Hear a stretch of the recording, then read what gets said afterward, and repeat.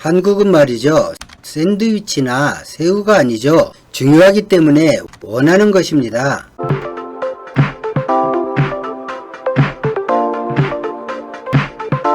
미중 갈등이 불거지고 미중 사이에 부딪히는 안건이 생기면 우리 대단하신 조선, 중앙, 동아일보를 비롯한 유수 언론에서 한국을 지칭해 늘 쓰는 표현이 새우 혹은 샌드위치 신세라고 하거나 최근엔 독을 품은 보거라고 표현하기도 하더군요.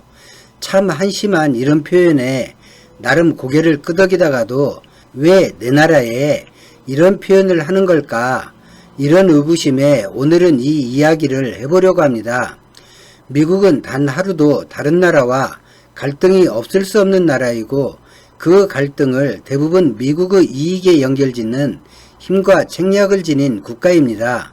오바마 2기 집권 전까지는 미국과 함께하면 뭔가 얻는 것도 좀 있고 함께한다는 든든함도 많았지만 이젠 함께하면 험한 꼴 당할 것 같은 분위기가 제법 동맹들 사이에 존재하고 있습니다.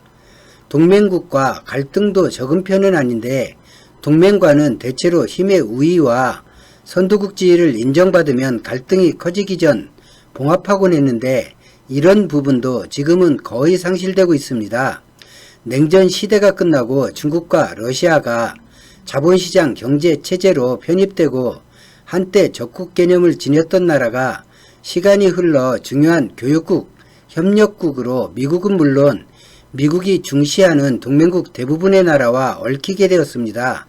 그것도 단순한 교류나 소규모 자본으로 연결된 것이 아니라 엄청난 자본으로 얽히게 되었는데 얽힌 장소가 중국이라는데 문제가 발생하게 됩니다. 중국도 세계 많은 나라에 투자하고 기업을 사들이기도 하지만 중국에 투자된 금액에 비하면 언발에 오줌 누는 정도라고 보입니다. 바꿔 말하면 사이가 나빠져서 좋을 것이 없는 그런 상태가 되어버린 것입니다. 그런 중국과 미국이 트럼프 집권 이후 다투고 있고 미국의 동맹이면서 중국과 교육이 많은 나라는 다툼이 불거질 때마다 불편함에 자불안석이 됩니다. 이 문제는 대한민국이라 해서 특별하게 더 심하지 않습니다. 세계에서 경제와 무역으로 껌 좀 씻는다는 국가는 모두 비슷합니다. 그런데 유독 우리 대한민국 언론은 한국이 미, 중 양국 사이에서 아주 곤란한 처지가 되었고 결국 미국을 선택해야 한다 또는 독이 있는 보고처럼 한국을 제 편으로 가지려면 미중 양국이 위험을 느끼도록 해야 한다느니 샌드위치 신세가 되었다. 고래싸움에 새우 등 터진다고 표현하길 주저하지 않습니다. 그래서 가만히 생각해 보았습니다. 왜 그런 걱정 1세그 기사만 등장하는 것일까? 한국이 반드시 어느 한편에 서야만 하는 것일까? 동맹이니 그래야 한다. 혹은 6.25 때 도움을 받았으니 그래야 한다. 이런 주장들도 많이 합니다. 그런데 좀 이상하지 않습니까?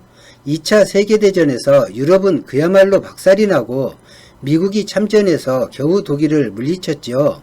거기다 나토라고 동맹체를 결성해서 현재도 유지하고 있고 주요국엔 대부분 미군이 주둔 중이기도 합니다.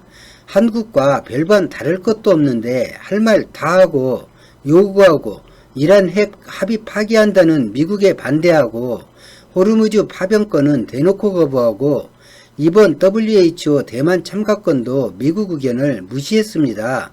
또 2020년 G7 의장국인 미국에서 6월에 열자는 G7 회담에 대해서 조건을 달았지만 불참 의사를 밝히고 캐나다는 옆나라인데 가부에 대해 의사표시도 안하고 있습니다. 아베만 2주간 격리를 감수하고 참가하겠다 밝힌 상태입니다. 사실 한나라 국가 정상이 다른 나라 방문하면서 2주 격리 당하면서까지 참석할 이유가 있을까요? 아베야 워낙 특별한 정신소유자니 그런다 쳐도 말이죠. 저는 대한민국이 이번에 불거진 홍콩 문제이든 대만 문제이든 중국과 관련된 일에서 불안해할 필요가 없다고 생각합니다. 어차피 국가 간에 경쟁하는 무역인데 홍콩이 특별 지위를 잃는다고 한국만 그 혜택이 사라지는 것도 아니고 모든 나라가 같은 조건이 되는 것이니까요. 기사를 보면 마치 한국만 엄청난 문제가 생긴 것처럼 기사를 쓰는데 한국과 경쟁하는 모든 국가가 같은 문제를 안고 있는 것입니다. 미국도 교역국이고 중국도 교역국입니다. 중국과 교역하는 나라는 공산당인지 아닌지 전혀 중요하지 않습니다. 미국 말 듣고 손해를 볼지 이익을 볼지만 관심이 있습니다. 전작권이 넘어오기 전 될 수 있는 대로 미국과 불편한 관계는 피하는 것이 좋겠지만 그것도 정도껏이란 것이 있습니다. 가뜩이나 어려운 이 시국에 제2의 사드 보복 이런 거 정말 있어서는 안 됩니다. 미중은 저리 싸우다가도 어느 날 갑자기 친해질 수 있습니다.